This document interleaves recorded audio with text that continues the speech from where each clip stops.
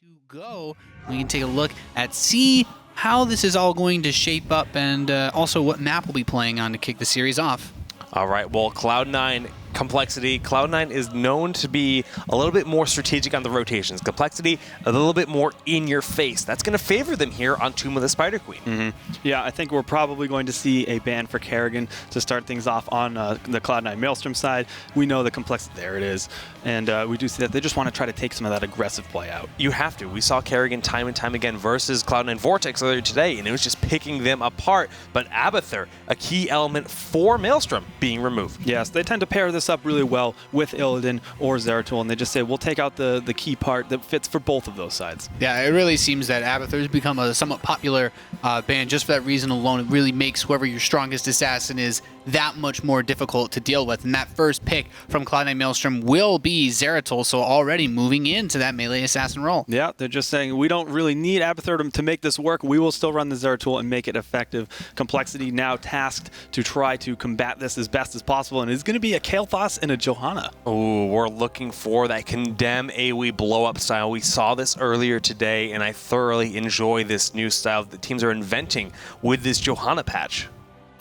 Okay, Cloud9 Maelstrom still have the additional 2 picks before we head into that second set of bans, and it is going to be Jaina. They don't want to give too much power away to Complexity. They already have the Kael'thas, of course, so we'll just balance things out a little bit. And grabbing the Sylvanas once again, always finding her way into these top side of the picks. Yeah, those 2 heroes, you just can't let them get through. Yeah, I mean, I think today so far, it's pretty safe to say that Jaina and Sylvanas have been some of the most picked heroes out of every single game. They're just, I'm pretty sure they have a 100% pick ban rate.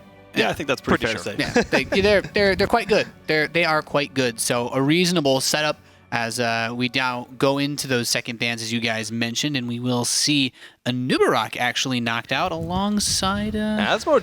Yeah. Okay, I like the Asmodan ban. I think that makes a lot of sense. We've seen time and time again paired up with Johanna, and on top of that, Kael'thas. A great setup for the enemy team, of course, in this case, Complexity, to be able to stack those Globe of Annihilations to get that more powerful. And we've seen so many plays of that. So I like that ban from Cloud9 Maelstrom. Complexity now on the other side of the picks. They're looking to grab Tassadar and to follow this up with perhaps a bit more damage, or they're gonna round out for their support.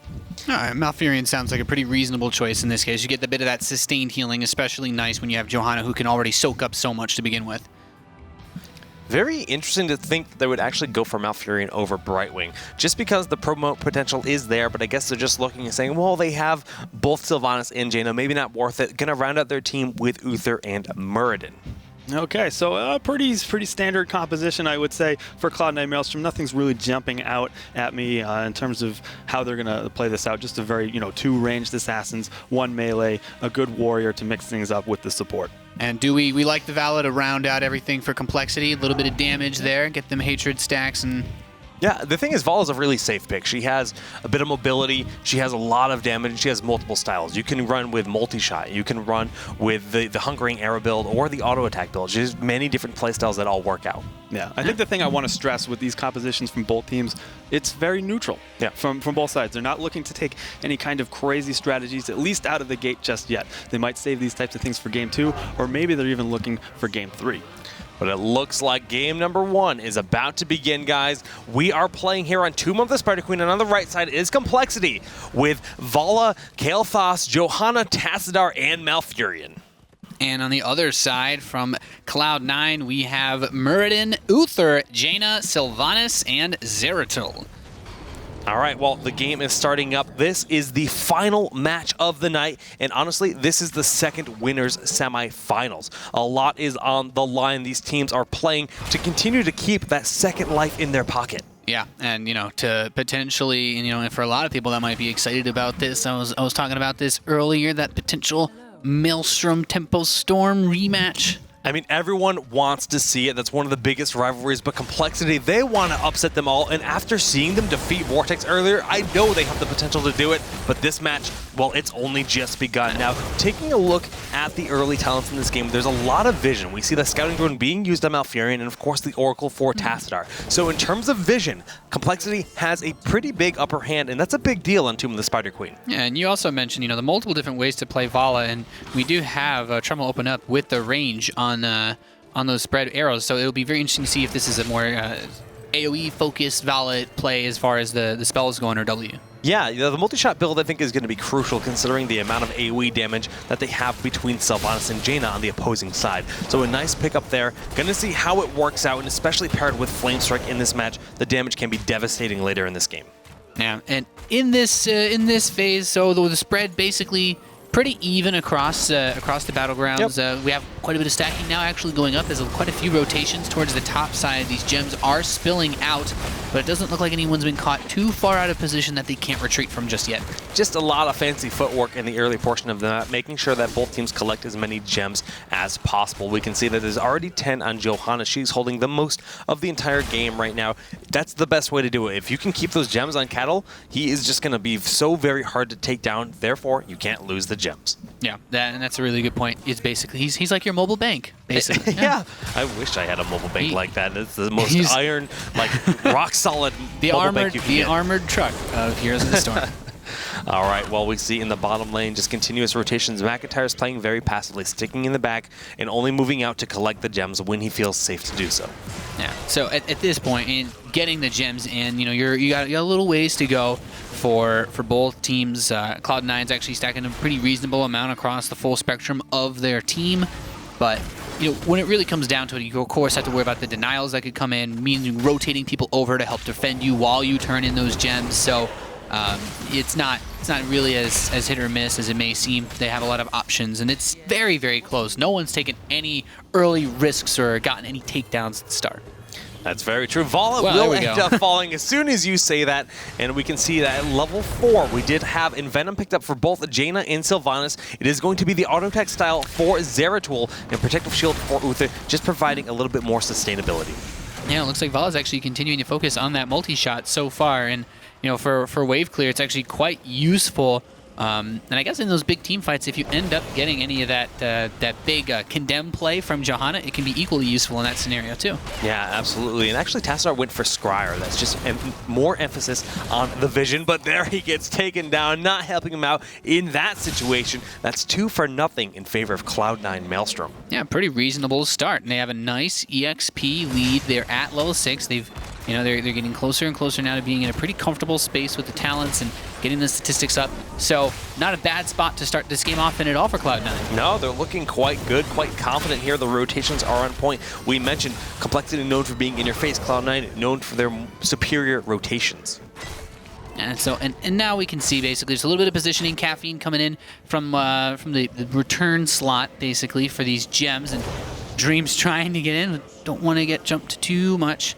As, of course, even Zeratul's cloak will be removed as he starts to channel into the return area. Yeah, and he's just going to make sure to deny that turn in 11 potential. 25 between the two of them, actually 35. That would be just about enough for that first turn, and so nicely done by iDream. Yeah, getting very, very close with the pretty large number of gems actually Johanna has on her. And just returning in on the south side, and that actually... It'll go in, and that'll be the first summon. So nicely done. Just rotating down to the bottom turn-in. That will be a successful completion. But level 7 has been hit by Cloud9 Maelstrom. They do have a slight level lead.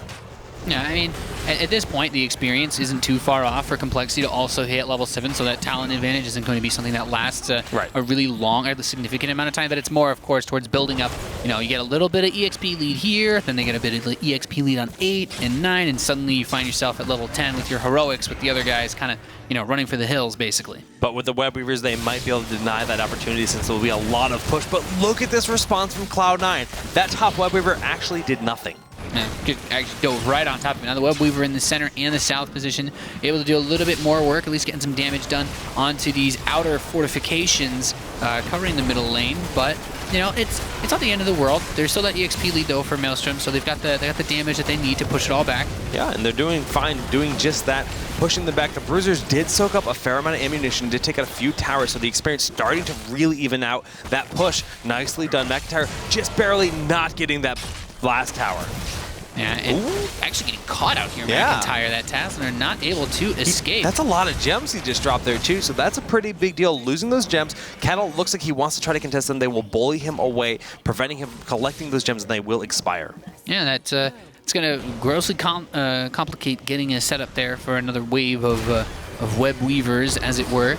And still, but yeah, Dunktrain did just barely get that turn in, though. So this will be the sum for Web Weavers on the side of Cloud9. And although the experience was caught up by complexity, we could see a complete reverse happen here, and that's going to be level 10 next. Yeah, that's where things are going to get really crazy. Maelstrom doesn't need to get too much more of an advantage here as they're continuing to make their way almost halfway towards level 10, and complexity does hit 9, so they're not too far behind. But it's those moments when you're all just trading out in the center, and then suddenly you hit 10, and the other guys aren't in position to escape quickly enough to actually dodge those big heroic abilities. Yeah, speaking of level 10, it is just around the corner here for Cloud9 Maelstrom pushing down this bottom lane. It has been hit, and we have Void Prison, Wailing Arrow, Avatar, Water Elemental, and Divine Shield picked up as their heroics.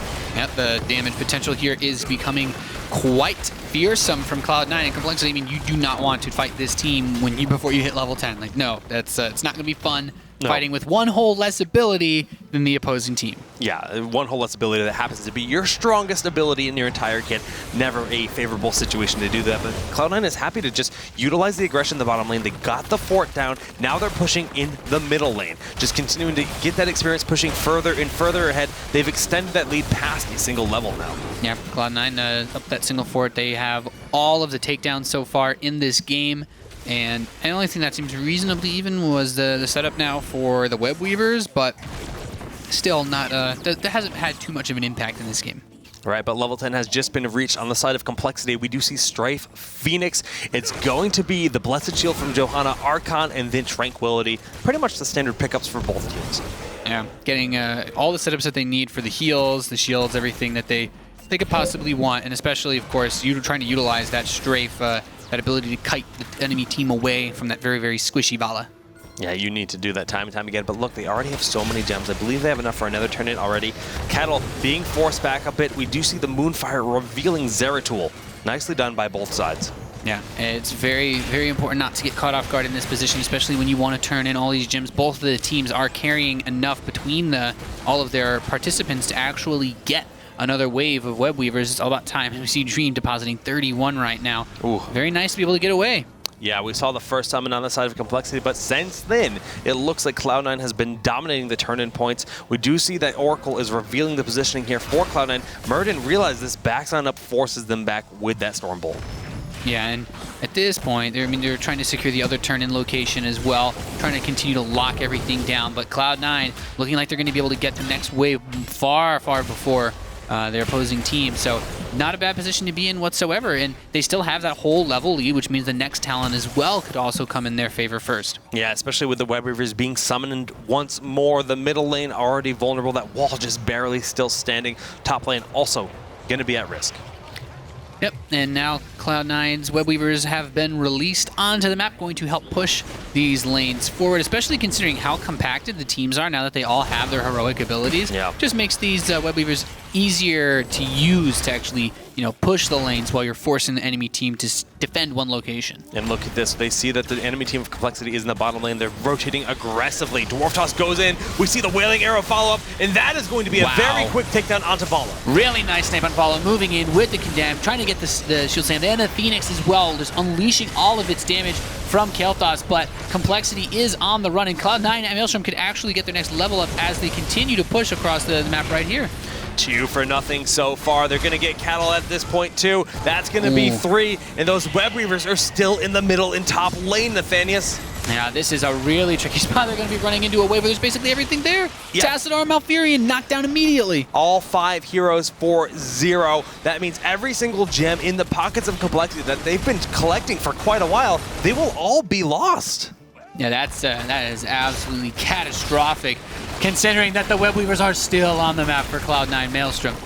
Just now about to be cleaned up, but they've done more than their share of work that they've needed to do in this position, and I can't be a fun place to be for complexity now. No, it really cannot. But they're not down a talent tier. Yes, they are down a talent tier. Excuse me, 14-12, almost down 3 levels at this point in time. Very tight spot to be in the structurally. I mean, they are way behind because of that last push. Yeah, this has put them into a really, really tough spot. Thinking, okay, maybe we can try to take this, or just hanging around in that southern lane for far too long to be able to get jumped like that, and then props to the focus from Cloud9 for actually targeting Vala. That's a glass cannon basically defined right there. Oh, yeah, just a beautiful Storm Bolt, Dwarf Toss into the Storm Bolt, followed by the Wailing Arrow, perfectly executed. Now they're taking this aggressive Bruiser camp. They know they have that talent advantage. They're like, you know what? If you want to fight us, we're happy to take that. It's just the confidence play by Cloud9, really putting that pressure on.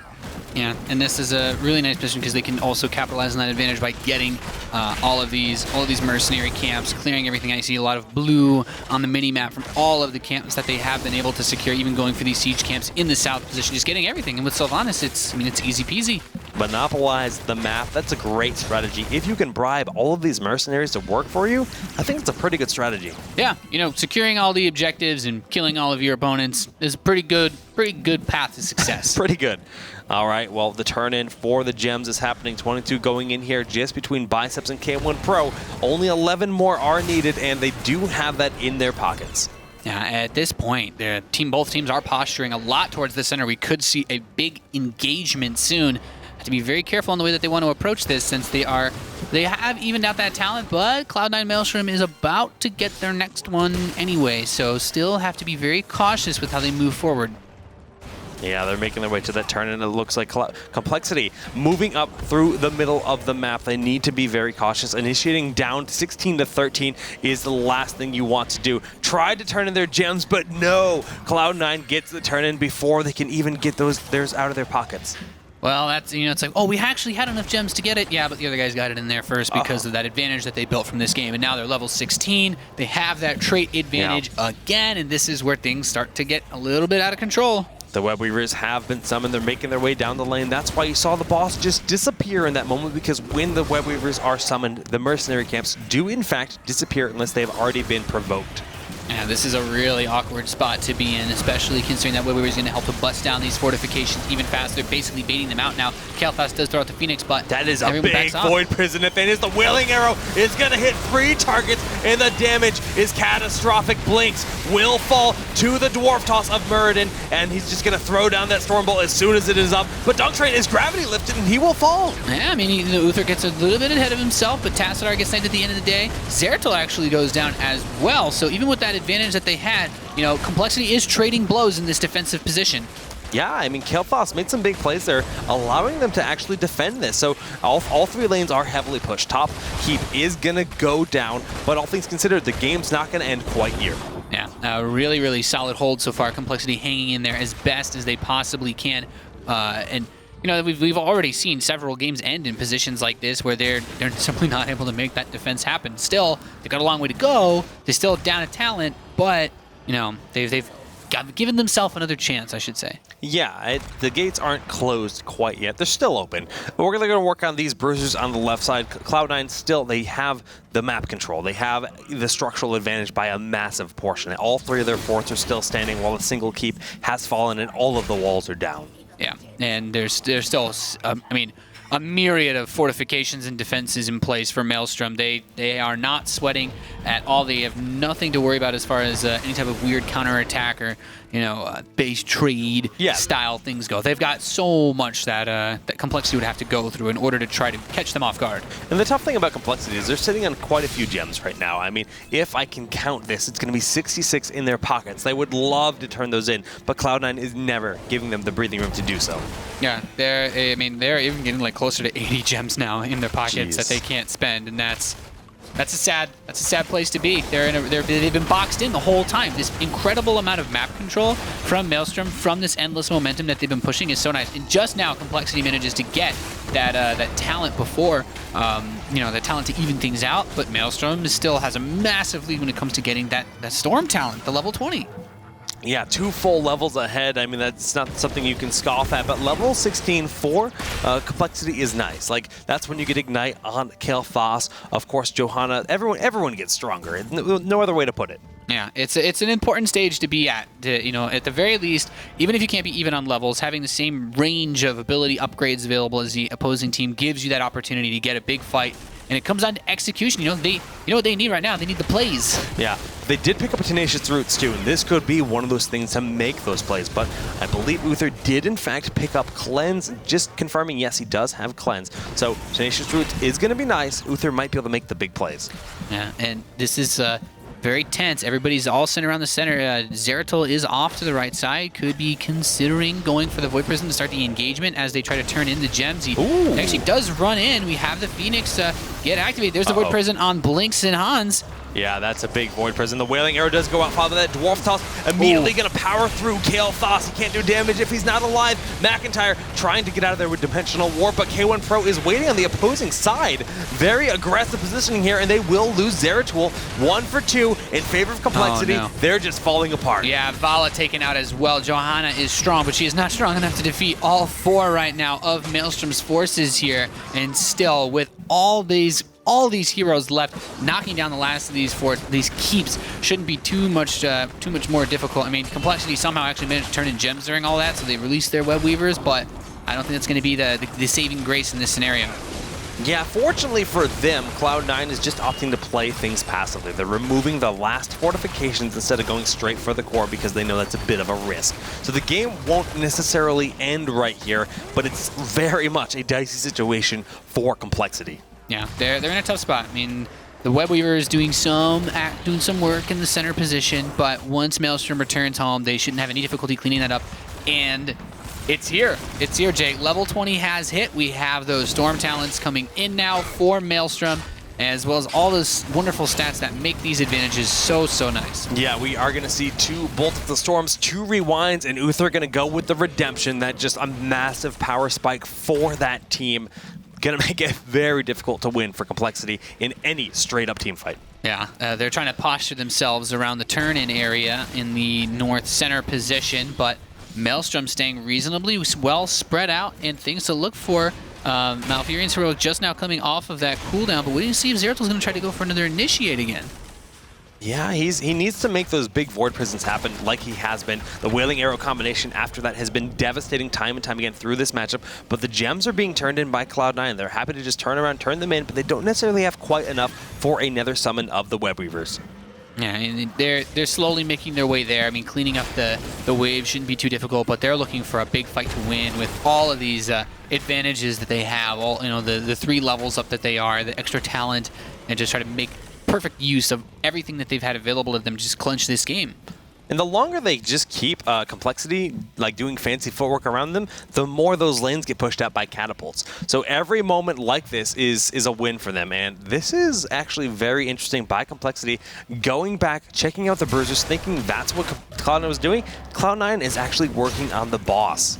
Yeah, and they are looking like they're not going to be very contested. I mean, everybody on complexity is headed up, but could they actually contest it? I don't think so. They're going to get vision on here, show the threat. iDream is in position to try to throw down that Void Prison, dashes forward onto Troll. Oh. There's a big Void Prison, and will the Wailing Arrow come once more? Oh man, that was a really nice bottom quite a bit of time. Of course, they all managed to escape, but Kael'thas immediately gets picked off, and Vala, the biggest damage dealer, is knocked off the board at the very beginning of the fight. Following that, Malfurion, Tassadar, and John are not going to be able to do it by themselves. Yeah, I think Cloud9 has done this. The final 2 members should be eliminated here. That is going to be a 5-0 in that final team fight of this game, and that will, of course, be the final team fight. Yep, they will be able to push straight up to the core now. They have the catapults behind as well, and this will be a Game 1 victory for Cloud9 Maelstrom as they look to secure themselves. If they take the next game, that rematch of old against Tempo Storm. Yeah, the winning team here will advance to the winners finals, and that's a big deal. So like you said, game number 1, going the way of Cloud9 Maelstrom complexity. They got to figure something out because they got picked apart there, Kubi. They really did. It was a lot of just, I have to say, a lot of credit to Cloud9 Maelstrom. They had so much synergy, it seemed like, with all their abilities, the Void Prison and all the initiations that were happening. As you guys can see, Cloud9 Maelstrom is taking that 1-0 victory thus far over Complexity. Complexity is going to have to battle back in game number 2 to really show that they have improved since over these past couple months. But I'd like to really show you guys a replay just to give a good example of some of that synergy that we have thus far. Okay, what I really want to highlight here is the vision range that we have for this scouting drone, right? Let's see if I can get this drawn out. Oh, there it is. Okay, awesome. So this is what, of course, Complexity sees at this point, and it's a really nice position that Maelstrom has set themselves up. And what we're going to be seeing is, of course, the Muradin leaping in and the silence that pairs up very well with this. Okay, so we're going to play that out. And there it is. You can see the Murden leaps in, and they're able to lock that up. And that is just a great example of some of the synergy that Cloud9 Maelstrom has been putting together thus far in these matches. Yeah, really great synergy. I mean, Cloud9 Maelstrom just seems to have such a good grip on their compositions and how to take these engagements. Sure, and you can see another good example of the Void Prison being thrown down to clean up some of these fights. They even were used to initiate, paired up with the Sylvanas Wailing Arrow. All just really fluid and solid play all around for Cloud9 Maelstrom. And especially that latter half of the game, we just saw that Void Prison going down with the Wailing Arrow time and time again. It's just such a good combo because there's like no real good response to it. The good response is don't get hit by big Void Prisons. Yeah, and it's an instant cast ability as well, so something that you have to make sure that you're constantly positioning around to try to deal with. All right, guys, well, we're going to throw to a quick commercial break to set up the second game of this best of 3 series. Stay with us. We'll be back in just a few.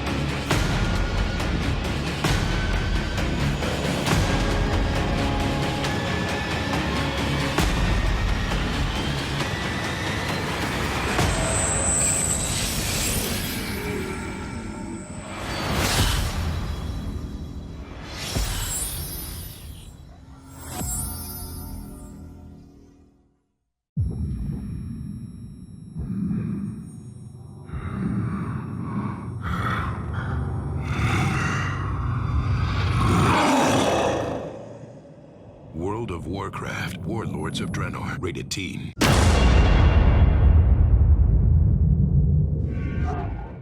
Welcome back, ladies and gentlemen, to the Heroes of the Storm North America June Open.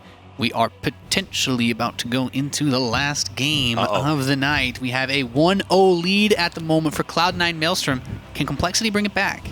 We're going to find out very soon. Now, compLexity looked very convincing in the first series today over Cloud9 Vortex, but it almost looks like Maelstrom, they're out here for revenge on their sister team. Yes, and we saw so much synergy with those abilities. So the draft is going to be a very interesting phase to see how compLexity wants to try to attack the problem that is, honestly, there's so many things to look at. Sylvanas, was it the Void Prison, just the overall initiation they had with Muradin as well. There's a lot of things that you need to look to try to pull away from Maelstrom to look to win those drafts. Do you think that Zeratul is the priority ban? Because the Void Prison setup, whether it's aggressive or defensive, it seems like that's what's making the big plays. That's kind of a tough call to make, especially when you consider that Illidan would be set up very well for that as well. Abathur, and there's so many things you have to take away from Maelstrom. It's really what makes them such a strong team. Yeah, and speaking of the teams, we've had a lot of good games, a lot of awesome players, and we actually have a bit of information, of course, on some more of the players that are parts of these teams that come out here and show these awesome games for you guys. And one in particular is KingCaffeine, of course, from Walnut Creek, California, looks like. I'm not actually sure where that is. I'm still kind of new to California myself. Yeah. I believe that's the San Francisco area. And KingCaffeine, of course, arguably the best tank in the entire North American scene. He really just shows very convincing play time and time again. He knows exactly how to initiate, and he plays every warrior in the game. Yes, a very, very strong warrior play. Something that I think a lot of people that are looking to jump into Heroes of the Storm could look to emulate for their team. He always has the plays time and time again. Yeah, and of course, we also have one of Blinks we can take a look at. One of the other players that we've had competing here today, Alexei Bazhenov. Hopefully not too bad. From Illinois, who really enjoys long walks on the beach in Uther. I want 17 cats. That sounds like a bed of cats. He lives a good life. I'm really not sure how that works. It's a lot of cat hair to be all over. all over everything. The clothes just all over your furniture. But I'm sure that Blinks has found a way to at least deal with that. 17 cats, quite a few. All right, well, Yeah. guys, we're going to get ready for the draft here. It's actually ready to rock and roll, so we're just going to hop straight on in here to game number 2 between Cloud9 Maelstrom and compLexity Gaming on Cursed Hollow. That's right, Cursed Hollow. So already the first bans coming in. We're going to see a removal of Abathur straight away. He's been a popular choice today, hasn't he? He has, but the big benefit here is we talked about the threat of Abathur plus Illidan, Abathur plus Zeratul. You remove Abathur, and then you take one of those melee assassins as your first pick. There's so many things that Maelstrom doesn't need to ban. And it's kind of a weird thing to say, but okay, they're going to go for Zeratul at this point, but there's so many tools that they probably feel they play better than compLexity does. Zeratul, Sylvanas, Illidan at this point, so it wouldn't have surprised me at all to see them ban out something that they don't really run all often, maybe Kerrigan, etc. Who knows? Well, it is going to be that first pick on Sylvanas here. This could be compLexity trying to set themselves up for Sylvanas Lost Vikings. Very interesting. I mean, you consider the size of the map. There's a lot of doors that will open. Maelstrom will make their first pick, Jaina. Well, you know, two of the most popular picks. Yeah. Immediately picked. Not surprising. Not at all. In the further pick, it is going to be Brightwing paired up with this Jaina. They're looking to lock in that support very early. Yeah, no, global presence on this map is crucial. Just time and time again, having the phase shift from Brightwing, you can stay in the top lane a little bit longer and then phase shift to the bottom tribute if it spawns there. A lot of cool utility that can be utilized.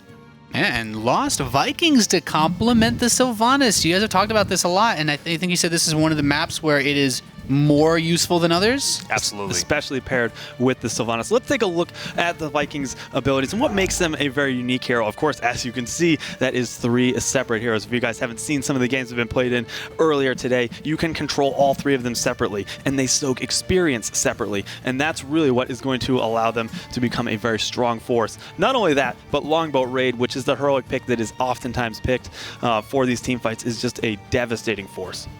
Very interesting to see how that plays into it, of course. Being such a big map, being able to spread out while still having 4 heroes pushing one lane gives you a lot of opportunities, and then Kerrigan to follow that up. I'm wiggling in my seat because McIntyre's play on Kerrigan is one of the best in the world. Very convincing setups, and you can pair that with the Wailing Blast out of Sylvanas later just to annihilate your opponents. You had a great opportunity wiggling in your seat. Always a treat.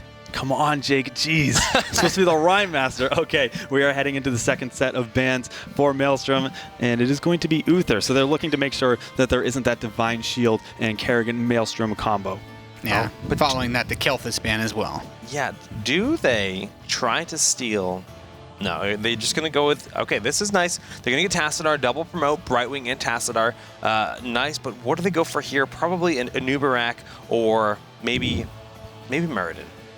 You thinking for compLexity at this point? Oh, okay. So, for Maelstrom, of course, they do have the next set of picks following this up. And it is going to be the Johanna. And maybe this was something that they're looking more to take away from compLexity than they are looking to have on their own team. Seems reasonable enough. I mean, we are going to be seeing 2 more picks now coming out from compLexity. They're going to go for Rhaegar, so the heals will be real for this team. Of course, Kerrigan's going to get up close and personal with everybody. You want to make sure that she does not die, and Meriden as well to help balance it out. Meriden, fun hero. We haven't talked too much about Meriden these days. He is, of course, a very, very strong warrior choice. And we've seen him pop in time and time again. But what is it that really makes him so good, Jake? Well, the thing that makes Meriden very good in this situation in particular is just the fact that you have Kerrigan with him. Now, Kerrigan, of course, has her leap forward, where she can throw down that full combo using the Primal Grasp and the Impale. Meriden can also leap forward and throw a Stormbolt. If you stagger the stuns, it's actually devastating on that hero. Here is Kerrigan. She's got the Ravage, she's got the Impaling Braids and the Primal Grasp paired with Assimilation and the Maelstrom. Very, very powerful combo. Yes, I think that's a good point. Okay, we're going to be finishing out the composition Last pick, with Illidan. Yeah, I know.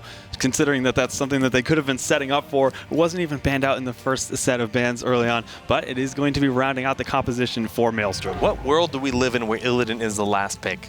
Considering how much damage and impact he has had in all of the games today, it is a surprise. When I was watching the first set of games, I was like, okay, well, the first 3 matches, no Illidan. I'm like, what's going on here? Like, I kind of expected to see more of him, and then as the day progressed, he's pretty much popped up in every single game where he hasn't been banned. So I'm very interested to see like how exactly he's utilized, how effectively, because it seems to become a nightmare if he's played well. Yeah, that's a good way to put it, because we like to call him the janitor, and eventually Blizzard will give us a janitor skin because he just cleans up fights. That's what Illidan does. He gets in there, he cleans up. If you can't pick him up early in the team fight, the self-sustain, the self-healing on him is just too much, and he just won't go away. He's just going to keep coming for you time and time again. And so, you have to look at their composition and say that there are a lot of things that you could pick up to try to deal with Illidan. But unfortunately, all of those things happen to be on Maelstrom's team. They have Brightwing, they have Johanna, and I think really the only saving grace for complexity at this point is probably Muradin, who does have that reverberation. That's a big deal. It's a big deal. But game number 2 is loading up here, guys. Cloud9 Maelstrom, they have the 1-0 lead, but complexity, this is their winner's bracket life, the upper bracket. Yeah, this is a very, very important game for them as they have 2 lives in the tournament. You can't be eliminated by losing one series, but dropping this map will put them in that deathmatch zone in the lower bracket. Yeah. So going through now as we start things off, of course, playing for complexity. We've got Rhaegar, Sylvanas, Lost Vikings, Muradin, and Kerrigan. And as we saw on the side of Cloud9, it's going to be Tassadar, Johanna, Illidan, Brightwing, and of course, Jaina. So both teams have a lot of cool potentials. With Johanna, she can pull all the targets in. Then Illidan can hit a big metamorphosis. But on top of that, you have the AoE damage from both Tassadar, Brightwing, and Jaina. That's just so much synergy on that team. But yeah. They do have to respond to this. Look at this, a 4-man push. Vikings are soaking both middle and top lane, and they have Sylvanas plus 3 other members pushing this.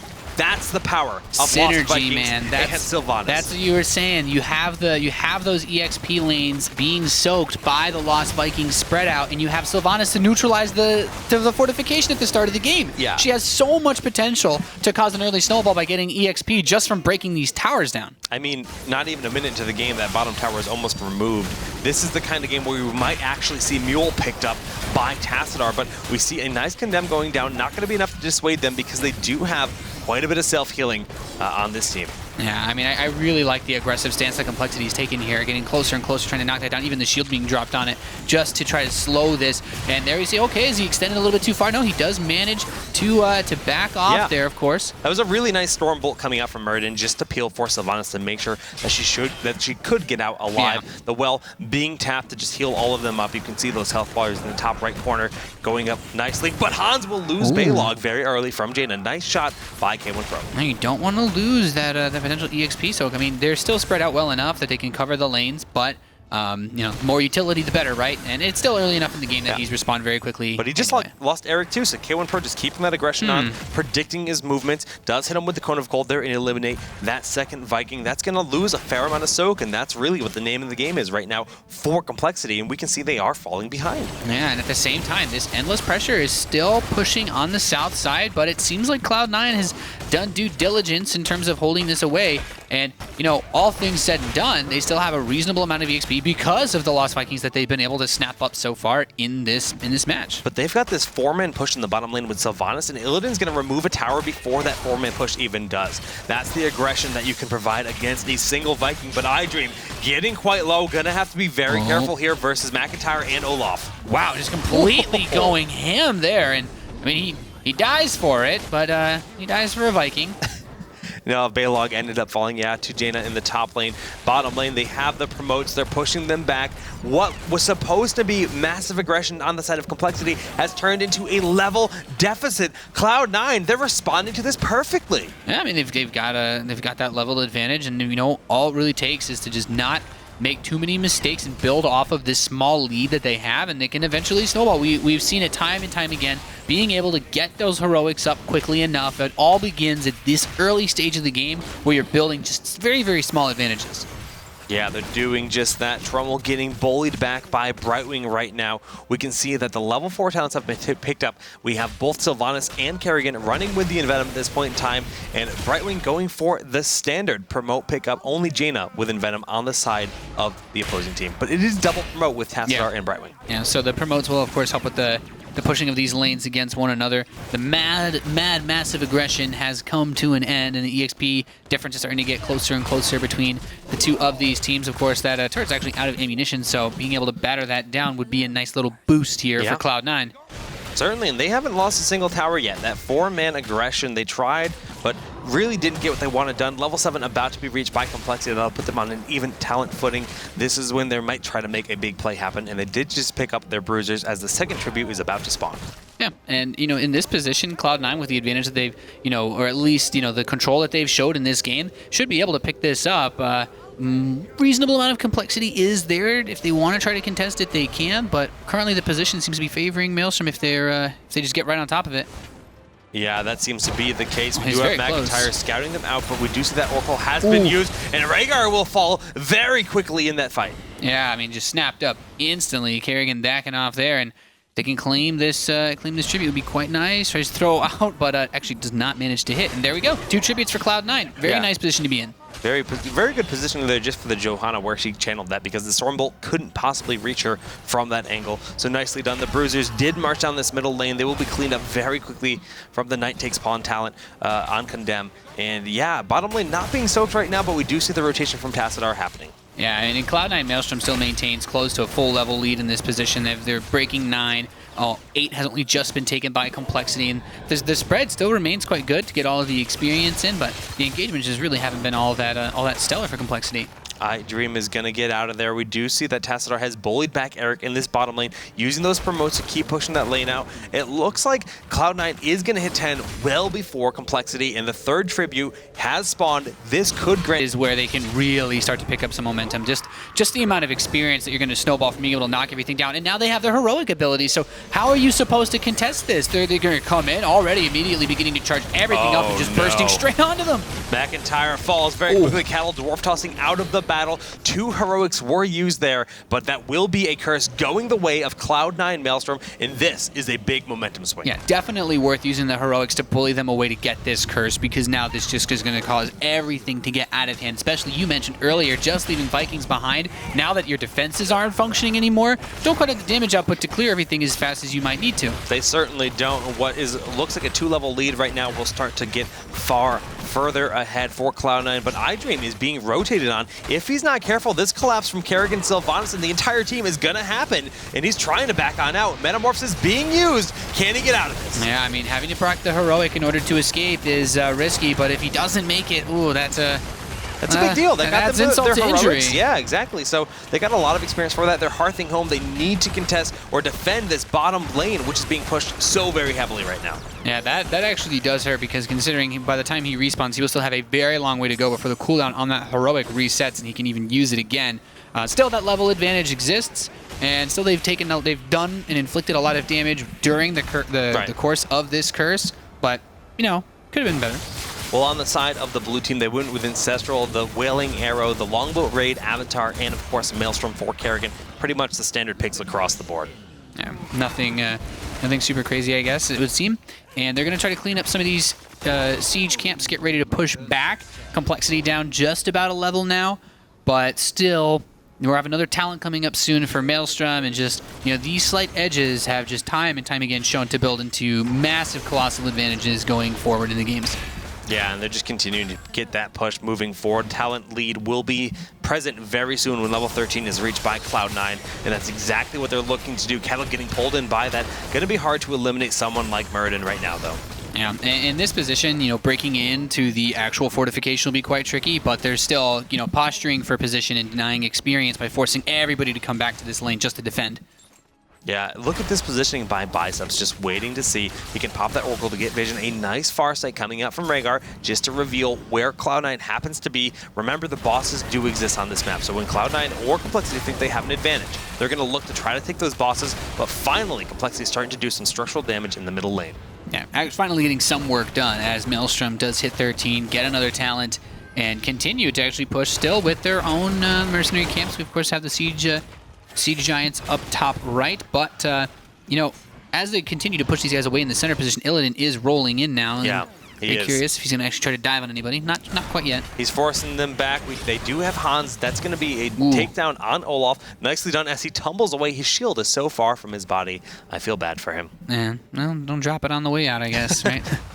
As he pushes the tower in the center. Well, yeah, they're pushing the tower in the center with those bruisers, but we do see, again, the dagger from Sylvanas able to lock them down while they push on in.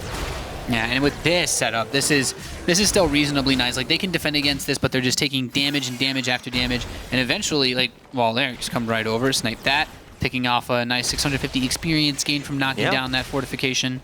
It's still, nearly a 2-level lead for Cloud9 and compLexity. They're starting to crawl back into this slowly but surely, but all these structures are getting whittled away. I mean, we saw those Giants push that top lane out. We have Sylvanas trying to defend the bottom lane, but Dunktrain isn't really all that worried about that. So many options for Brightwing to escape, and it is 14 to just barely about to be 13 for compLexity. Yeah, and in this position, I mean, the next talents that will be coming up for Maelstrom are still a little ways off, but so compLexity is able to even that out, but so that level advantage is always nice to have, and then we have to go back to the number of forts that are on the map. We still have only three now. They're actually going to manage to pick off Sylvanas there. That was a beautifully executed takedown by Cloud9. We do see the Condemned just peeling for Dunktrain, forcing them back. And this bottom lane is completely and totally exposed. That's going to allow them to just fall back and grab the tribute. Yeah, and this is really nice. They're going to compound this once again into opening up opportunities through the map control that they have to get the next curse. Yeah, and you could see the vision there. They have scouting drones, they have the healing ward, and Biceps, just a slight hiccup back in the game. No problems here, and it looks like those minions and just the mercenary camp in the middle lane will be cleaned up rather quickly. Yeah, and in this scenario, we still have everybody pushing towards the center position of the battleground, and most of Maelstrom is still pretty spread out, with everything that they've managed to take. They're feeling reasonably comfortable to go around and explore a bit, but compLexity kind of has to stick together with this level disadvantage if they want to ever have a hope to win a fight. They do, and they're considering this boss, but they know they can't do it. Right now, it almost looks like they're trying to bait a fight out of Cloud9 before level 16 has hit, but Cloud9 is not taking the bait. Now, and as they continue to push, actually, that northeast fortification, they're actually going back down towards the southeast, just staying very active. It doesn't look like they really don't want to push the envelope here. It seems like Cloud9's really playing it safe. Yeah, they are. I mean, Cloud9 just knows they have a lead, and they're not going to commit to a team fight until they hit level 16. Currently 1.5 levels, just about in favor of their team. They're moving on in here, thinking they might have an opportunity. Oh, yeah. I mean, Dream does take that first hit, of course, as he does start to dive in now, and we have quite a bit of attacks. There's a longboat from the Vikings trying to get a little bit of extra firepower added into this. There's the Condemned, not actually grabbing anything for Johanna. Yeah, we see Biceps trying to escape. The shields have been used right now, staying alive just barely from the longboat raid. The Willing Arrow doesn't actually connect with anything, and that will signal a big turnaround by Cloud9. Ancestral Healing has been used, but will it be enough? iDream just seems unbeatable, staying in the back lane, doing the damage. The shields come out, and he's still alive. Meriden runs for his life and barely manages to escape as everyone else on his team falls. Half a minute to spare for these Cloud9 Maelstrom players to actually push all the way through. Could probably knock out this fortification, and they still have even these mercenary camps continuing to push forward. Promotes mercenary camps, level 16 over 14. They have everything, and there is a tribute spawning, but they're not at all concerned because they want to take out this keep first. Yeah, I mean, when you think about it from compLexity, Cloud9's perspective, it's like, okay, we can kill this, then we can go get the tribute. It's not any rush. Now they're up 3 levels at the moment before compLexity actually hits 15. Yeah, Clairvoyance going down here, the far side of Rhaegar just revealing their positioning, but there will be no response in time. After this is picked up, they can rotate down to the bottom boss because with the 16 advantage, I think they're comfortable taking it. And they've got to be feeling really, really good right now about the way that this game has played out for them. And, this is a very important map. If they win this, then they manage to move on. This will be a nice victory to keep their upper bracket dreams alive and holding on without having to play a third map either. Cloud9 gonna start the boss here in the top lane. This is probably the smartest thing they can do right now, but it looks like Cloud9 realizes compLexity is doing this, so they're making their way up. Don't think they're gonna make it in time though. Yeah, I mean, it's possible that if they go too slowly actually in taking this, then it can get really weird. Okay, they do manage to 100% secure it right as Cloud9 comes in, so trying to just take advantage of the damage that they took with that metamorphosis. Oh, there was a big Condemn going in, pulling them back. We saw the Ancestral connect with Kerrigan, but not going to be quite enough, and that's a massive Condemn. Yeah, being able to pick up the longboat as well, stunning all the Vikings on the way out and just cleaning house. What was that word you used? Janitor? Something like that? Illidan, the janitor, the snowball going out, actually hitting Cattle, almost being enough to lock him down, but it looks like Cloud9, they want to push on this top keep. I'm actually surprised they're not going straight for the core, but again, they know they just want to keep it safe, play it safe. Win your head, get more head. Yeah, exactly. Exactly as a wise man once said, don't take unnecessary risks. Play with the leads that you've got, and this next tribute, being actually picked up by compLexity is actually kind of a sweet move, because that could have actually been like a game-ending. It could have. Curse. And that was nicely done by Murden, backing up there. Now, the boss, again, was secured by Cloud9. It is taking out the top lane fortifications, but that is the first fort to fall on the side of Cloud9. Murden with a knife to Rostov, juking the enemy team. They're not going to waste their time chasing him. No, and we have Illidan getting ready to clean up this golem in the top side, so won't be too much of an issue. It's not going to be, you know, the straw that breaks Cloud9's back. They're in a very comfortable spot. The majority of their forts are still standing compared to just one of compLexity. It's true, yeah, that final remaining keep, it is the only structure that stands in the way of Cloud9 from going to the core. The Clairvoyants going down the far side of Rhaegar, revealing the positioning on this boss, but they will not make it there in time.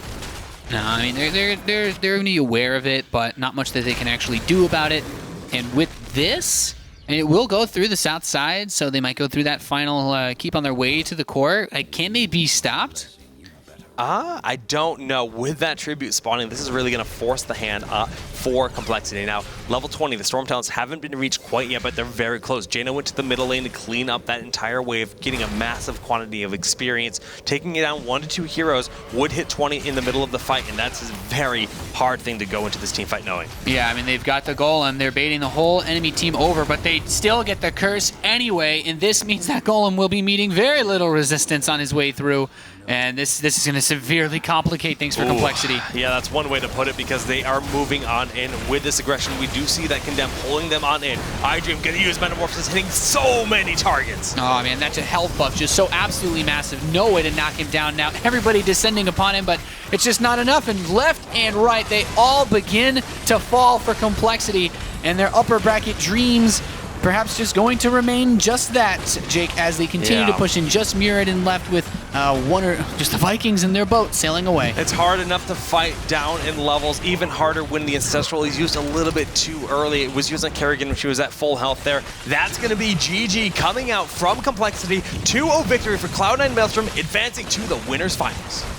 And they're going to get that rematch that we've heard of so many times, going up against Tempo Storm, of legend of old, and Heroes of the Storm at the very least. Already a bit of a rivalry being formed as they take it, they destroy the core, and they move on, knocking compLexity down to the lower bracket. You know, I gotta say, if there's one thing that solidifies the rivalry between Tempo Storm and Cloud9, it's the fact that